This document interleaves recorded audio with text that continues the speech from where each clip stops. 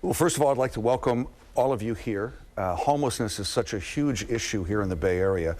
All of you were here 2 years ago. Mayor Schaaf, let me start with you. What have you learned in the past 2 years? And we'll just go around. Three things come to mind. First of all, we are so under-resourced when it comes to safe shelter. In our point-in-time count this year, we had 3,200 people sleeping on our streets that night. But in Oakland, we have had success. In the last 2 years, we've been able to cite 16 new facilities that are serving our homeless residents. And by using a place-based strategy, where we make a deal with the neighborhood, we're going to put a homeless facility in your neighborhood, but we're going to create an invitation zone around that facility. What is an invitation zone? It means that instead of taking people from anywhere, we actually prioritize people that live closest to the facility. They get the invitation to take advantage of the facility. And once we've been able to invite everyone into this new, in many cases there are community cabins. If they don't take us up on that offer, we do ask them to leave that invitation zone. And then we have enhanced enforcement to ensure no one new moves into that zone. And by doing that, we've been able to get neighbors to actually support opening these facilities in their neighborhoods. The other thing that I've learned a lot about is preventing homelessness. We're really trying to go upstream in Oakland. We know how to get people out of homelessness. The problem is for every person that we exit into permanent housing, 2 or 3 new people are becoming homeless for the first time. And so as we've launched something called Keep Oakland Housed, which has been completely privately funded, we've seen how we can keep almost 100 families a month from falling into homelessness with a much smaller amount of money than it takes to exit someone. But we also need to pay attention to the fact that not everyone is going to enter homelessness from being a tenant. So many people are living on the couch of a relative or in a motel. Or in an RV. Well, and we can talk about RVs. Yeah. That's another we'll get thing. to all of them. Yeah. But I think we need to think more about how we support families that are willing to take in a relative that is struggling, so that we don't just ignore that, which is probably the most likely scenario just before someone becomes homeless. Mayor, how about you? Well, I think there are 2 big takeaways for me over the last couple of years. One, building on Libby's point, we have housed nearly 7,000 individuals over a period of 3 years in Santa Clara County. And during that time, we actually saw our homeless count increase by 2,000 countywide. And it is exactly as Libby described.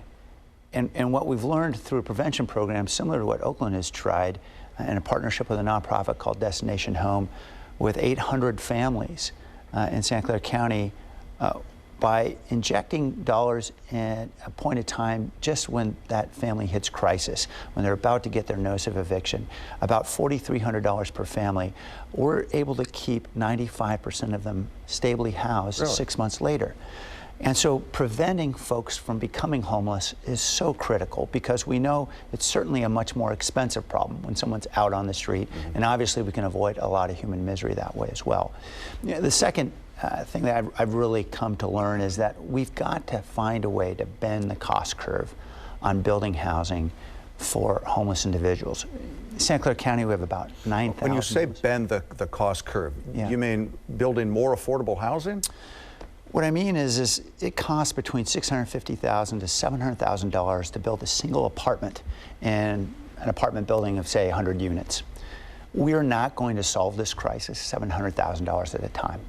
It's not. There's no amount of public resources that are going to get us there that are feasible. So, as we look at the magnitude of the challenge, it's around how can we more innovatively use the resources we have. We've got a lot of spare living space in a lot of single-family neighborhoods. Certainly, backyard homes are one solution. We're partnering with tech companies to figure out how we can better find spare bedrooms for those who are willing to take folks in.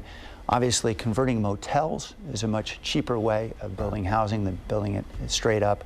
We're building tiny homes similar to the Oakland model, but some variations, and we're learning things certainly from Oakland as we're doing as well.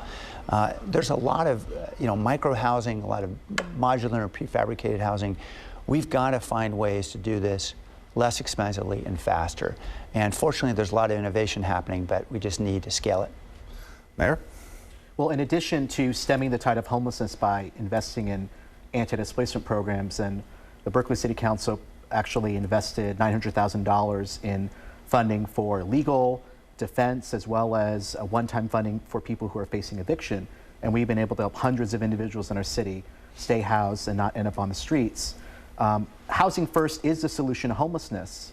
And so while we do need to focus on making it easier to build housing, as well as getting people rapidly rehoused, we also need to focus on right now solutions. We've seen a significant increase in unsheltered homelessness in Berkeley, Alameda County, and throughout the state of California.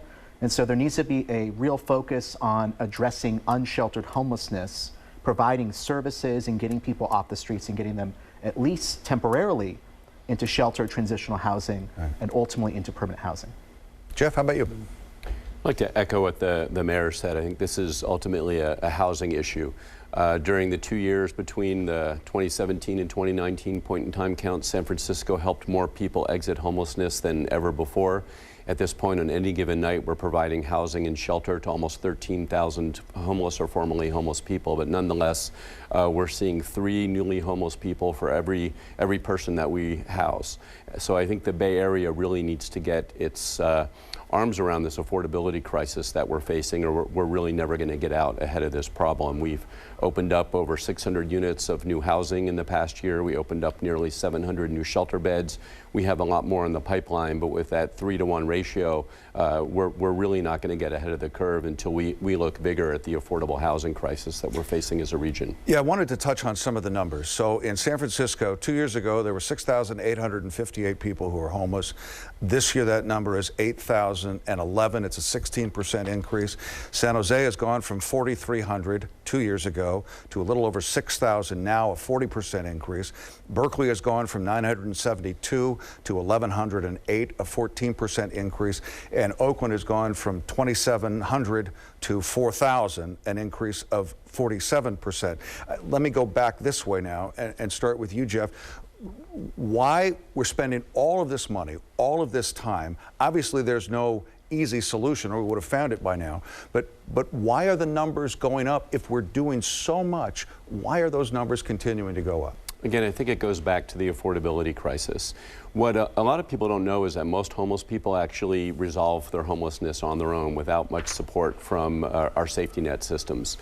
So in San Francisco, we see about 21,000 people a year who are experiencing homelessness, and the majority of them end up exiting homelessness on their own. I think it's getting harder and harder for people to find their own way out of homelessness, given the affordability crisis that we're facing. So again, we saw some success around reductions in family homelessness, veteran homelessness, youth homelessness, places where we've invested money, but we've seen a big spike in single adult homelessness despite our investments there, and I think it's just getting harder for people to find a place to live, and there are so many households that are, barely holding on, paying, well above 30% of their income to rent. Most people who are below poverty level are paying more than 50% of their increase to rent, and with this type of housing instability, we're just going to continue to face these kinds of struggles until we can have a housing market that works better for all people, regardless of their income levels. I see you nodding. Is this the kind of thing that we can build ourselves out of? Can we ever build enough affordable housing to essentially stem the tide of the homeless numbers going up? It's going to be hard because we have a supply problem, and we also are facing rapidly rising rents and the need for greater protections for renters so they do not become homelessness, which is why I'm very pleased that the legislature passed a law to provide rent cap protection, that rent can't increase above a certain amount, as well as just cause for eviction, so people have protections so they don't lose their housing. So the more we can prevent people from becoming homeless, the more we can reduce the number of new homeless individuals But ultimately, we need to significantly expand the supply of affordable housing. And we need to provide resources to get people rapidly rehoused who are on the street so that they do not become chronically homeless. Right. And so we do need to look at how we can build affordable housing at greater numbers and more inexpensively. And it's going to require the coordination of all of our cities as well as the state of California to solve this problem. Yeah, that is the thing. It seems like this can't be city against city. This has to be a regional issue, because if you push people out of wherever they are in Berkeley, well, they're going to go to Oakland or they're going to go to Albany. How do you deal with that? Well, certainly there is collaboration regionally, and we are constantly in conversation with Oakland and San Francisco and exchanging ideas and data every chance we can. But I think more than a regional issue, it's a state issue. And I know the governor has made several statements indicating his support for holding everyone accountable. And by that, I mean it can't just be a few progressive cities that are recognizing their responsibility to get people housed. Right. We need everybody engaged if this is really a statewide crisis. And that means we need some carrots and sticks. And that means that some of the smaller towns need to step up to their obligation as well. That's going to require more assertive effort, I think, from Sacramento, and I think you've got a few mayors here that are probably going to be supportive of that. When you say those cities need to step up, for example, I know someone who lives in Walnut Creek, and they never see homeless. I know someone else who lives in Orinda. They said that they've seen one homeless person.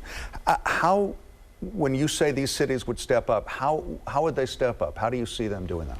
Yeah, I think the anecdotal observation of who's homeless at one moment may not reflect what historically has happened as to homeless who may have come from that community and where they've gone since.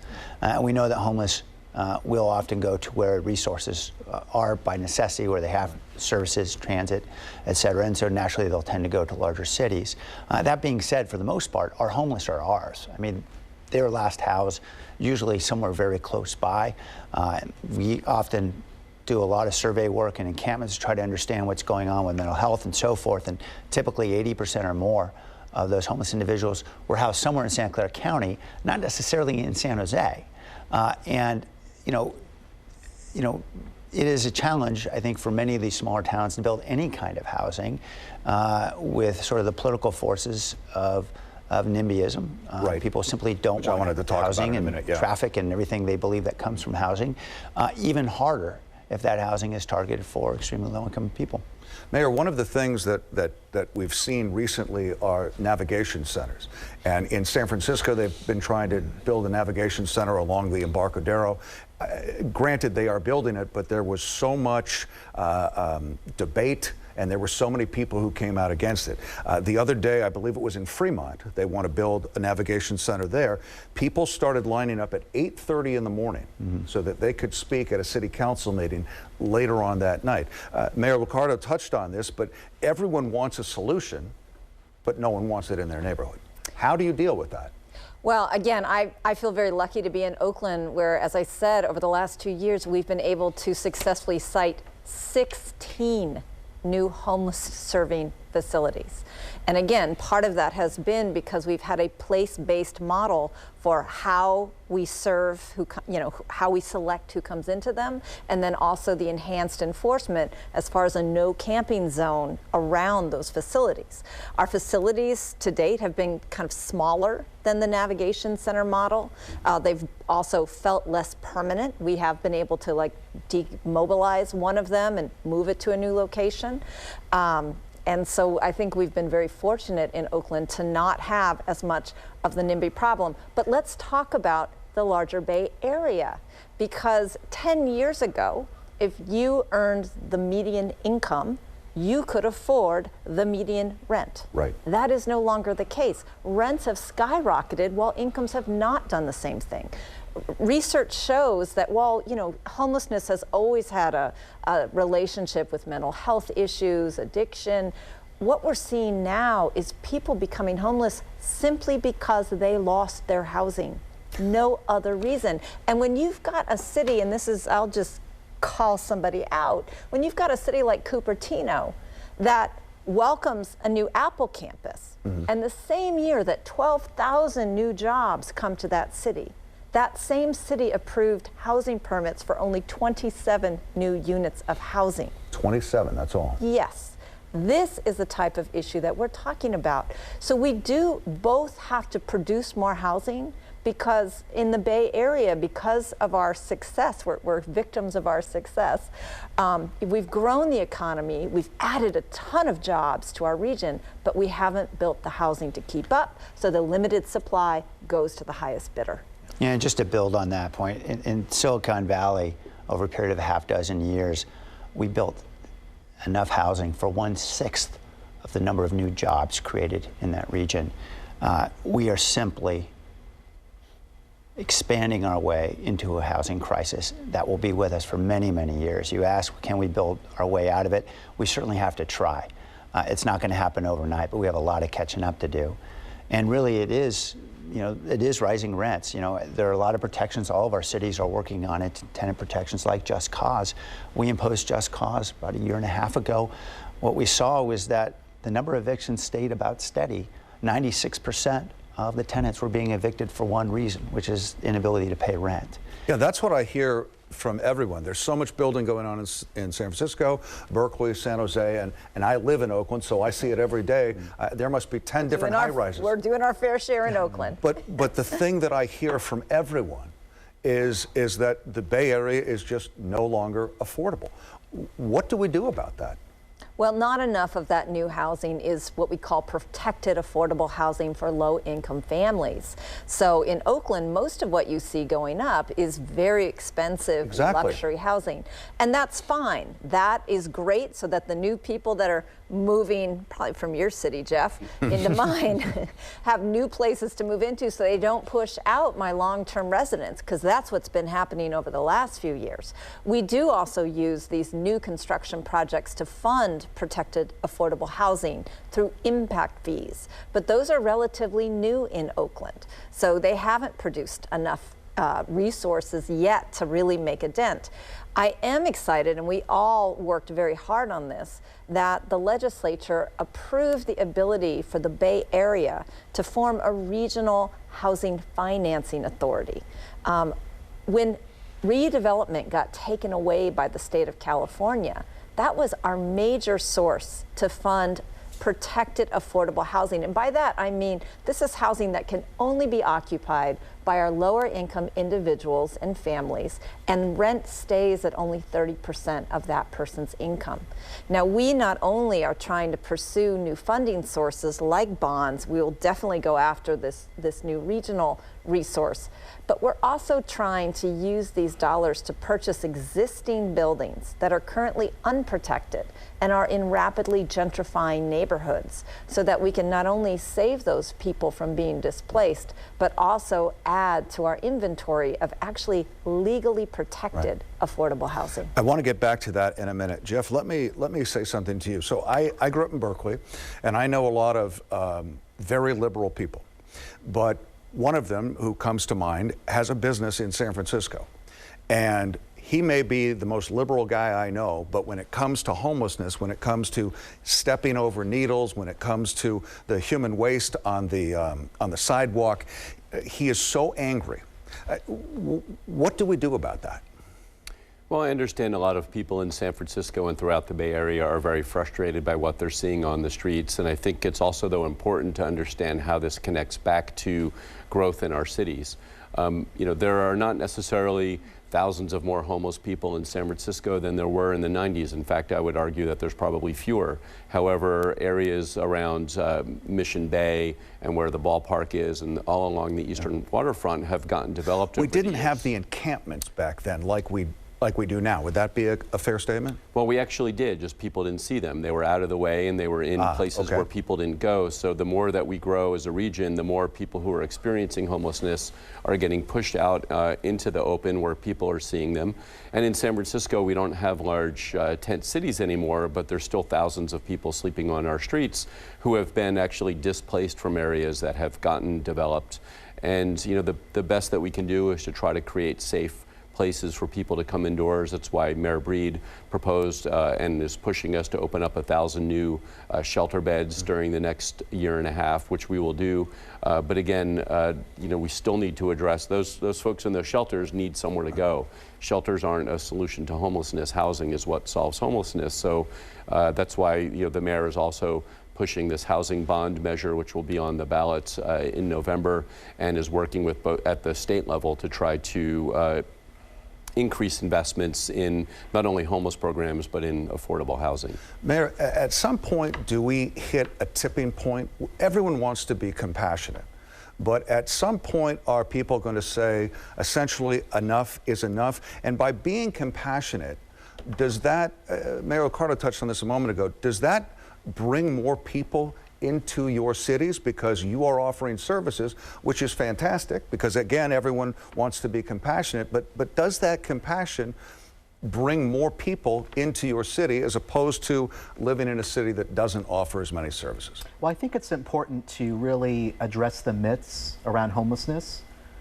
One, there's a perception that homeless people are coming from all over the country to the Bay Area because we provide such a rich array of services, and really we're just trying to deal with the growing humanitarian crisis that we're seeing on our streets. We can't turn a blind eye to this issue. So we can't do nothing. We have to do something.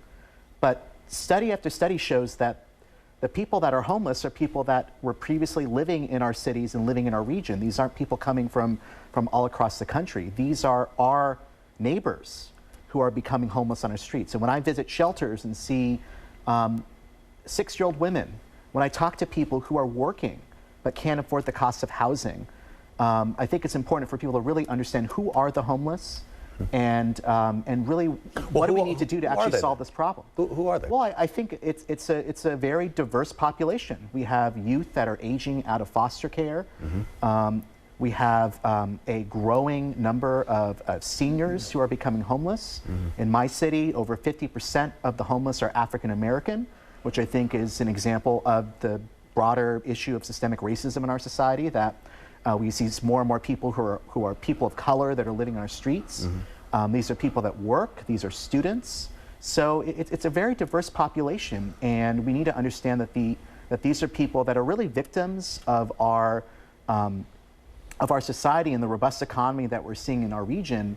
And just to touch on one thing Mayor Liccardo said, the fact that we have such a dysfunctional situation where we are one of the most prosperous regions in the country, but yet we see such deepening poverty is really unacceptable, and we cannot ignore this problem. We have to do more. We have to provide housing, we have to provide shelter, we have to expand mental health services to address this problem. Frank, I want to answer your question Go about ahead. who are the homeless. Okay.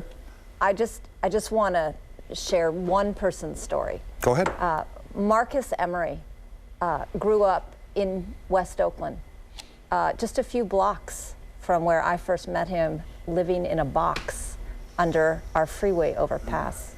He was one of 10 brothers and sisters. He actually worked for you, Jesse. He worked for Berkeley's Parks and Rec department.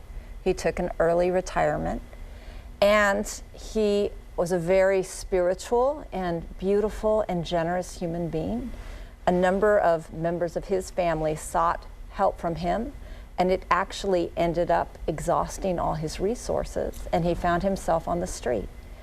Now, it was just a joy for me to know Mr. Emery. I've followed him from his box under the freeway. He was one of our first residents of the Northgate cabin communities, right at that 27th Street exit. Right. I'm sure you know I've that seen it. area. And then what a joy to be invited when he had his own apartment. He had moved all the way through this system. I came right before Christmas to visit him, bring him a housewarming gift, just to see his simple furniture and a Bible open on the table in his kitchen. But Frank, I attended his funeral last month. And I want to talk about Marcus Emery, for a few reasons. One, let's put names to this problem. These are each human beings, each with a unique story. I know we talk about statistics and shelter beds, but these are people Yeah. from our communities. And I hope Marcus's story reminds us of two things. That one, we have a structural problem when people within our own communities, public sector workers, are actually becoming homeless in their old age, even though they have family that have tried to help one another, but that whole system is so stressed that we are breaking down these links of human decency, and that we have to work with such urgency that even once we've gotten someone out of homelessness, the damage to people's health happens every single night that they are outdoors. Well, I've spent time with homeless actually just down the street, and they had an encampment. It's not there anymore, but it was right underneath the freeway, and that freeway was so loud, and when you see up close the conditions that they're living in. One guy had a bucket. He said, I have to go to the bathroom in the bucket. I mean, that's just what we do. And do you think, Mayor, that the stereotype of homeless, and maybe these are because these are the ones who are most visible, is that they're a whacked out drug addict? Well, I mean, there are some, but would that be the stereotype, do you think? Well, certainly that's the stereotype. And we know, as with all stereotypes, they're false and occasionally true. Mm-hmm. And the challenge, I think, as Jesse described well, is that this is a very diverse population. There's a lot of different reasons why people become homeless. And I just had a conversation literally 2 days ago with a woman who I first knew when she and her daughter were homeless 19 years ago, and I was tutoring her daughter. And now she's telling me she makes $70,000 a year working for the county, and she's worried she's going to be homeless because her apartment owner is going to sell the apartment building, and she has no idea where she can go to actually be able to pay the rent. There are just so many stories, and these stories are all true. And yes, then there's also addiction, and there's also mental health challenges, and the reality is mental illness and addiction is also a natural consequence of living on the street. And I imagine many of us would probably be addicted too if we had to sleep outside for too many nights in a row. I think the reality is that there's no question we have to step up to our responsibility as a community and provide the housing. But I am concerned about compassion fatigue, as you described. And I think there needs to be responsibility on both sides. We also should have a responsibility to enforce the law. Right. And we know most homeless people are not out there committing crime. We know they're doing everything they can simply to survive. But we also know that many of the frustrations, like the one you experienced with your friend with the business in San Francisco, are frustrated because they've got a broken window every week that they never had to deal with before, because they know from their cameras, there's this guy in the neighborhood who keeps coming by. I mean, these are the stories I hear every single day of people who are compassionate but frustrated.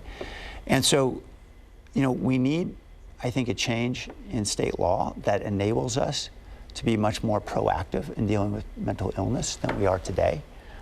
It is certainly necessary for us to respect civil liberties and be compassionate with people. At the same time, if someone's out in the middle of traffic with their pants down, urinating and screaming at traffic, there has to be a mechanism for us to be able to get that individual into mental health treatment, even if they're not that interested in going. And it can't simply be an encounter with a police officer with a gun and a badge. That usually ends poorly. So I think we need some changes in laws that enable us to be much more proactive in addressing these challenges.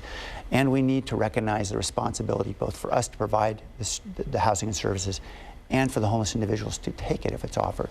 Jeff, we have, and we touched on this a little bit with Cupertino and Apple, but no corresponding housing. We have some of the biggest corporations here, the biggest companies here in the world. We have so many billionaires here. We have so many multimillionaires here. One person who always comes to my mind who steps up is Mark Benioff. Is it fair to ask them for money, and do we need more Mark Benioffs here in the Bay Area? Well, I think it's certainly fair, and Mr. Benioff has been not only incredibly generous, he's been incredibly smart about where he's been investing his philanthropic dollars. But I think it's more important that we look at what's happening at the federal level rather than look to individuals or, to rely on the generosity of individuals. HUD, the Department of Housing and Urban Development, lost about 80% of its budget authority since 1978.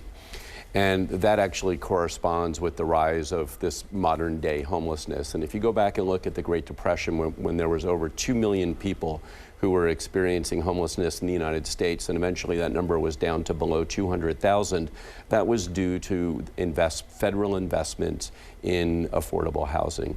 And if you just took a fraction of the Department of Defense budget and invested that in housing and gave everybody who's living at or below poverty a Section 8, or now it's called a housing choice voucher, where they could pay 30% of their income to rent, it would infuse tens of billions of dollars into the U.S. economy. I am sure the housing market would respond to that, and we would be able to go back to how things were, in the 50s and in the 60s, in which the federal government was ensuring that every person living in America had access to some type of affordable housing. I think that's the most important thing that we should be looking to, and I think people like Mr. Benioff and many others who are so generous, whether it's with tens of millions of dollars or $10, we certainly need that kind of assistance. But I think we need bigger systemic change if we're ever going to get our handle on this problem. So Jesse, you talked about the federal government.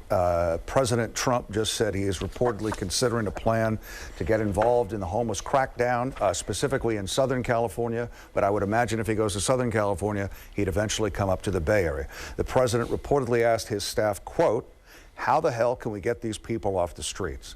So I guess what he is considering here is putting them in a facility once used by the FAA. Is that a potential solution?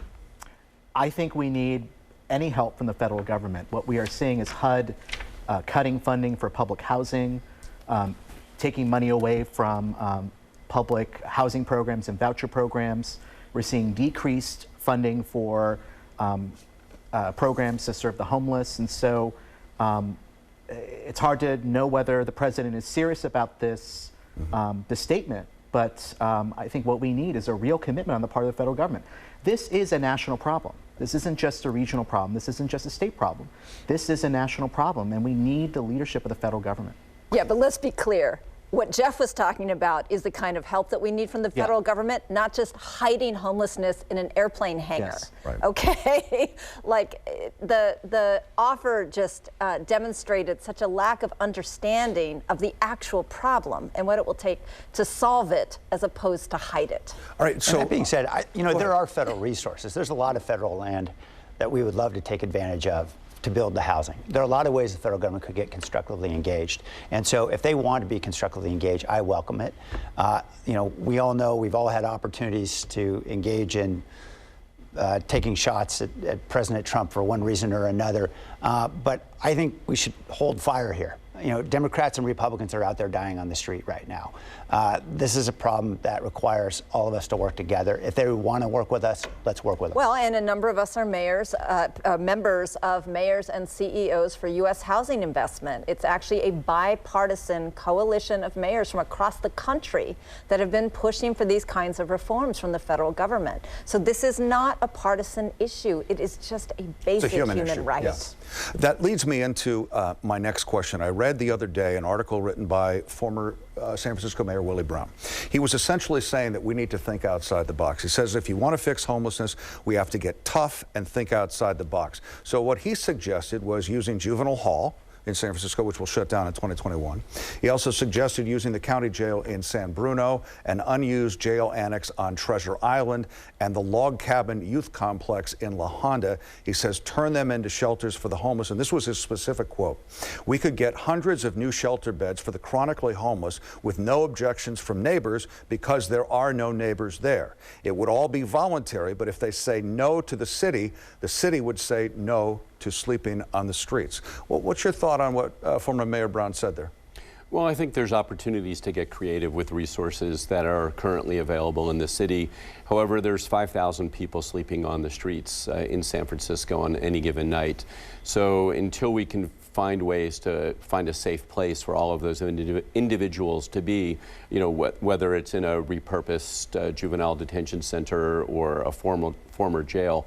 We still have to scale these solutions up to a level that I think it's going to be, extremely challenging for the city to do. And again, just putting people into shelter without having housing exits for them on the other end isn't going to solve the problem, because, as I had said earlier, if we're seeing 3 newly homeless people for every person that we house, we have to have flow in the system. We have to create exits for people. Shelter is important, and it's an important alternative to sleeping on the streets, but it's not the only solution, and it's not the only place we need to be investing our money. Mayor, what about the jail that is closed right next to the police department in Oakland? From what I understand, Alameda County is willing to rent it to Oakland for $1 a year. But I mean, I imagine you would have to do some rehab inside, maybe take down the bars, obviously. But is that a viable option? Well, actually, Jesse and I went with a group of other mayors from throughout Alameda County to take a tour of that facility. Nothing frustrates me more when people say to me, "Oh, Mayor, the solution to homelessness is so easy. Just open up all those empty buildings that the city owns." So first of all, the city does not own empty buildings. It's true the county does own 3 empty buildings. But when we went on this tour, we learned that just to kind of keep the lights on and the HVAC running, the county pays $300,000 a month just to have that building operational and habitable. And so when you think about our really limited resources for homelessness, it's not as simple as opening an empty building. Now, we are doing a cost comparison of what it would cost to actually operate a humane, dignified shelter facility with exits attached. We cannot just warehouse people. These have to be rapid rehousing centers where every bed has resources to actually move that person onto self-sufficiency. But the cost of renovating the jail may in fact be less than putting up, for example, a sprung shelter. These are kind of large, almost military-style tents. Almost every major city in California is in the process of or has invested in this type of shelter. And we're starting to do a cost comparison to see if it actually would be less expensive and actually faster to just put up a sprung facility. We have several sites that we're evaluating, and again, we're working in close partnership, especially with Berkeley. Jesse's been a wonderful partner and a leader within our county to really think about different ways. We are thinking outside of the box, but it's, empty buildings are not as cheap as you might think. Mayor, what about tiny homes or tough sheds? Yeah, I think, Libby and her team are doing great work with tough sheds, particularly Can I just around the correct? We don't call them tough sheds anymore. Oh, we don't call them. Yes. We call them community cabins. Okay. That was a term that the residents themselves came up with, and also we no longer use that supplier. So let me community rephrase. cabins. Libby and her team are doing great work with community cabins, and particularly with the surrounding neighborhoods. I think that's a really important advancement that Oakland has made. And we're opening our 2 tiny home communities in the next couple months. And, that provides at any one time a space that is dignified and safe for 80 residents. We'll be rotating folks out. This is really just transitional housing for a month or 2 or 3 as we're able to get them into permanent housing and as they're able to save enough money for security deposits and so forth. But the reality is that, going back to some of these ideas, every time I hear a simplistic idea and we run down that rabbit hole to figure out, hey, could this work, could this work? It's always a lot harder than it sounds. And all of us I know on any given week can probably tell you how many times somebody said, why aren't you just doing this about homelessness? As if finding sites is easy to do, as if building infrastructure. It doesn't matter whether it's a tough shed or community cabin or tiny home or whatever you call this thing. You can build it out of paper mache. You still have to have utilities to provide electricity and sewer and water and all those things. You still have to have a site that is somewhere in the real world, which is usually somewhere next to a neighborhood that might object. And you still have to provide basic services for folks who may have issues around drug addiction or mental health. And so it's never simple, It doesn't mean we can't accelerate and scale good work, and you're seeing examples in cities, certainly in the Bay Area, that should be scaled. Mayor, I read an article in the Chronicle the other day where they had 89 questions from people about what they would like to know. And I think it's going to go a little bit toward what you just said, which is sometimes the ideas seem very simplistic. But one person said there's tons of space beneath all the freeway overpasses in San Francisco and other parts of the Bay Area. Could these towns and cities work with Caltrans to develop all of that empty land into homeless communities? I know in Berkeley, Caltrans just cleared out an encampment down by Golden Gate Fields. Is that a reasonable question? I think partnership with Caltrans is something that I know Oakland and other cities have been engaged in. They've been great with us. They've actually leased their property to site facilities, and I think that's an opportunity that we should pursue. And I think that's something the state can assist cities in the Bay Area. Would Caltrans be receptive to that, do you think? Most of my community cabins are on Caltrans land. Okay. So we've had a great partnership with them, although they will not let people sleep underneath an actual overpass. Yeah, I think that's excuse me. I think that's an important thing for people to understand is that in 3 of our navigation centers, 2 that are open and 1 that we will be opening are on Caltrans property, and they have been excellent partners. But as Mayor Schaaf said, you cannot have people sleeping underneath. So all of that land, we're using it in some cases for storage for people. It can be used for parking and a few other uses, but it can't be used for any kind of residential purpose. All right, and another question said, why doesn't, in this case specifically San Francisco, but I would imagine it would apply to all of you, why doesn't the city help a homeless person connect with their family and send them home?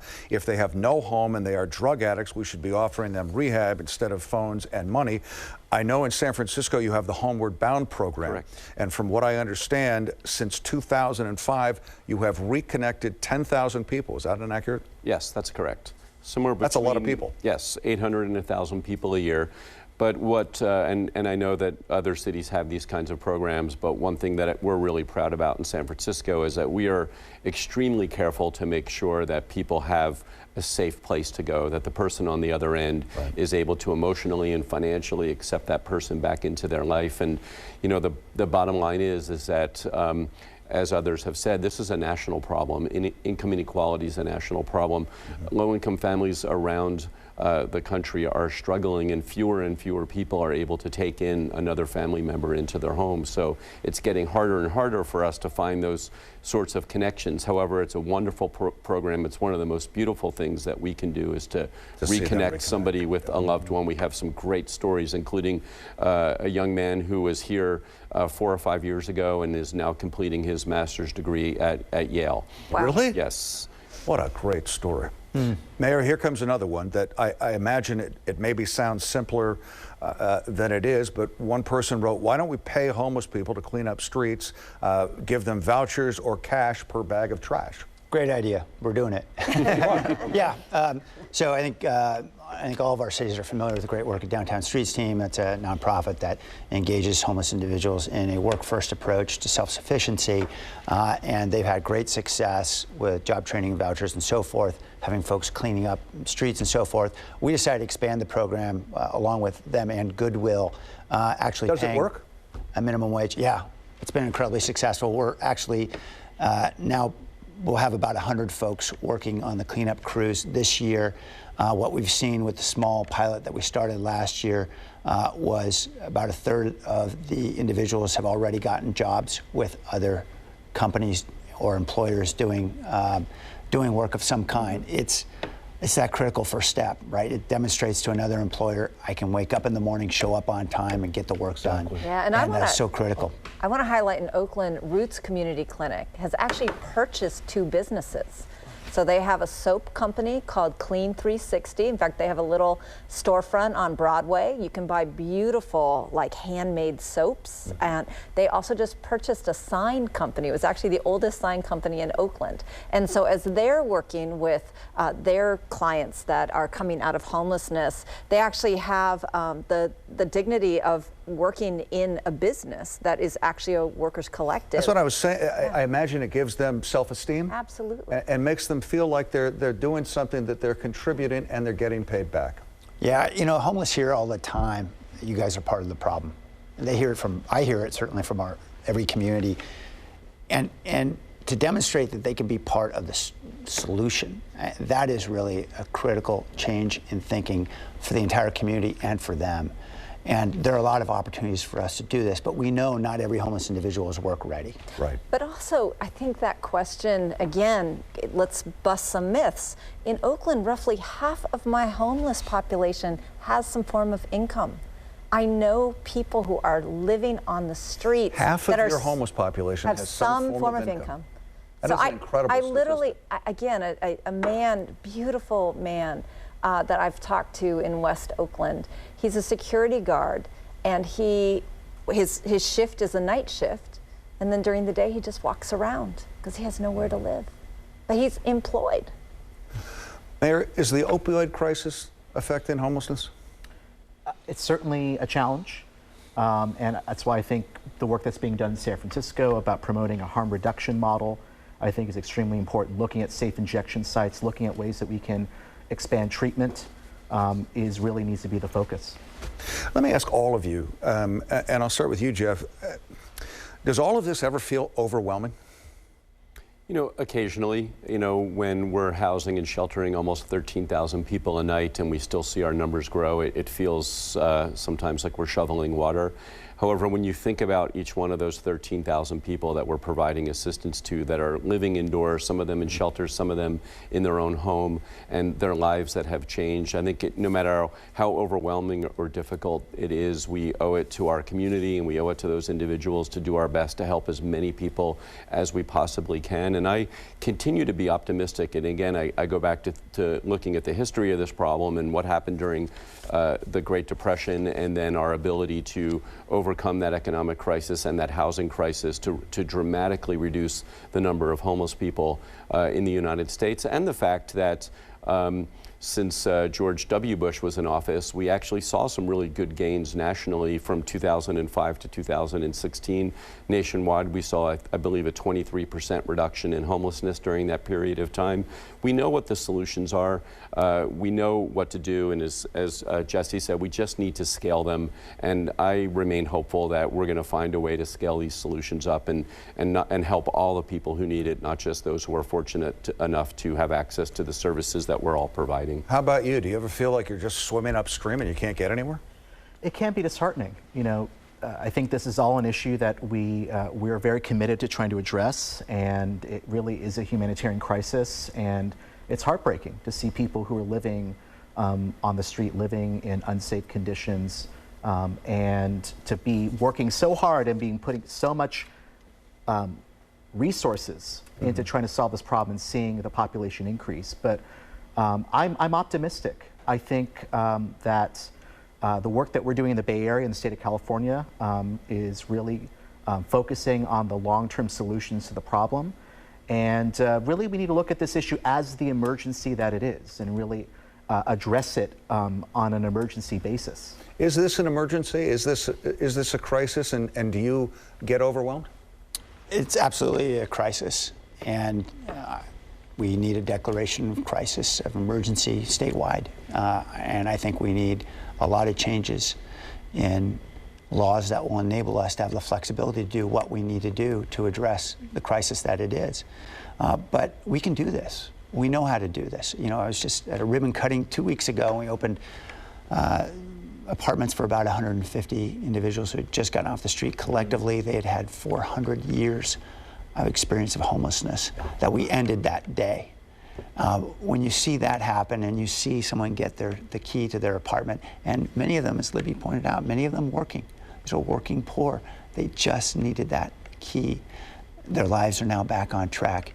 You see the extraordinary good that can happen. We can do this. We just need to scale our solutions. Is that the kind of thing that keeps you going too, Mayor, when you see people get their first apartment in a long time? Absolutely. Homelessness is the most kind of soul-scathing thing that I experience on any given day, not just as a mayor, but as an Oaklander that is proud of my city, but cannot fathom that my fellow residents are living like this. But I am energized and determined because we have to change the basic systems. Just last week, I met a woman named Kathy. She was a retired school teacher. In fact, she was the second grade teacher of a friend of mine's son. She has an active case of cancer. She's undergoing treatment. She actually only has one kidney left because chemo killed one of her kidneys. This is one of the most dignified human beings that we as a community should be taking care of. She is living in her car. There is something fundamentally wrong with government that our public systems allow that to happen. And that's what motivates me, because I believe, you know, we all want to see immediate change, but we all are also absolutely committed to making fundamental changes so that this does not happen again, and that we have a society and a government that we can feel proud of. Let me go again through the whole table here, and Jeff, if you would, give me a short final thought. Well, I think it's important for everybody watching to remember everybody who's experiencing homelessness is somebody's son or somebody's daughter. Nobody grows up wanting to be homeless. Nobody wants to have to use the street as a restroom. And that compassion and helping people find a place to live, but also helping them feel like they're part of the community and providing them with the dignity and frankly just the courtesy of saying hello, of looking at them as opposed to through them, and to know their names. I think is an important thing that we need to remember, because housing is important and shelter is important and jobs are important, but basic human dignity and compassion and kindness are also incredibly important and part of the healing process that not only homeless people need to go through, but I would argue that housed people also have to go through as we're facing this gut-wrenching problem every day. Mayor, short final comment from you? Well, we know what the solution to homelessness is. It's housing. So we need to really increase our production of housing. We need to rapidly rehouse people. And so I think we are committed to address this problem, to provide the dignity that people deserve, to get people off the streets, and to invest in long-term solutions. And as Jeff said, these are our friends, these are our neighbors, these are people due to economic circumstances have ended up living on our streets, and we need to continue to address this as the humanitarian crisis that it is. Mayor Liccardo? Confronting this crisis is the moral imperative of our generation. And our children and grandchildren will be asking us, what did you do about this? And by say us, I mean not just political leaders, all of us as a community. There's so much more we can do, and we can tackle this crisis, but we have to do it together. I just want to start by saying I appreciate what each one of you has just said. Thank you. So do I. And I guess having the hard job of adding to that, I guess I encourage everyone, while there is so much pressure and attention on solving the immediate crisis that is in front of us, that we have to always remember to continue to go upstream, to prevent people from becoming homeless, to intervene before that problem is so visible on the street in front of us. That is something that we cannot lose sight of. And it's also the most humane and often cost-effective place to intervene. When we started Keep Oakland Housed, one of the very first people we helped was a woman named Deborah Ross, who I had met because she makes these crazy customized hats with flowers and jewels, and she's a 61-year-old woman who also is taking care of her grandson. And all she needed was $800. It was only $800 between this wonderful woman and her grandson and a sidewalk. That is something we can do. We just have to find the Deborah Rosses before they become homeless. I want to thank all of you for coming in. One thing that I take away from this is just the compassion that all four of you have, and how serious you take this, and how much you want to be part of the solution. And I appreciate all of you coming in. Thank you. Thank you, Frank. Thank you, It's a Frank. pleasure.